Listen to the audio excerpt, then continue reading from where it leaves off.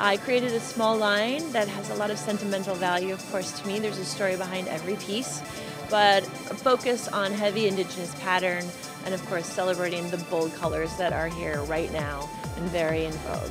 I have a Moorish pattern that's definitely referential to the tiles that I put in many people's homes. It's an arabesque pattern. People go crazy for it. So I wanted to experiment with putting it in a different medium. It's a very simple trellis pattern. Familiar, but still a bit fresh. And bringing in really rich, bright tones of emeralds and yellows and corals and blues. It feels new.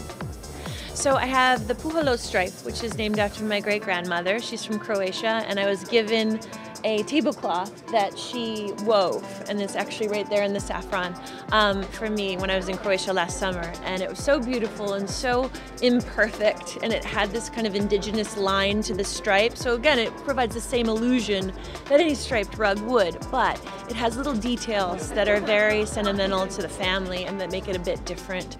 The wild chevron is here to stay, and we've all seen the zigzag performed millions of ways. So I really wanted to merge it a little bit with the ikat and feather it and create a more intense, differently proportioned pattern than we've seen everywhere. But again, it plays that same role as the stripe. It widens the room, or it brings the verticality to the wall.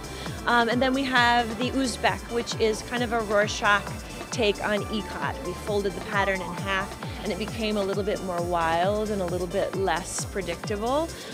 Brought in navies, which I think is such an underrated grounding color. It performs the same task as a black, but has a little bit of difference. The emerald again, and we brought it in with the golds and pinks as well.